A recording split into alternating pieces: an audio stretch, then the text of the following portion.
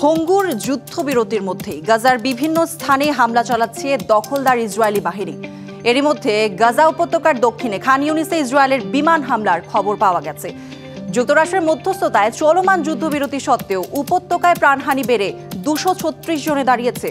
এদিকে অধিকৃত পশ্চিম তীরে ইসরায়েলি বাহিনী এবং বসতি স্থাপনকারীদের হামলায় এক কিশোর সহ 2 ফিলিস্তিনি নিহত হয়েছেন। অন্যদিকে গাজা শহরে তল্লাশি অভিযানের পর আরও 3 ইসরায়েলি বন্দীর মরদেহ হস্তান্তর করেছে ফিলিস্তিনি স্বাধীনতাকামী গোষ্ঠী হামাস। এর ফলে এখনও আরও 8 জনের মরদেহ হস্তান্তর বাকি রয়েছে।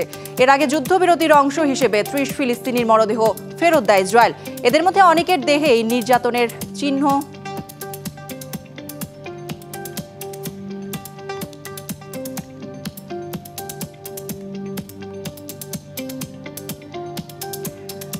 দেখা গেছে। আন্তর্জাতিক রেড ক্রস কমিটির মাধ্যমে ফিলিস্তিনিদের মরদেহ ফেরত পাঠানো হয়। তবে অবরুদ্ধ গাজায় মানবিক বিপর্যয় চরমে।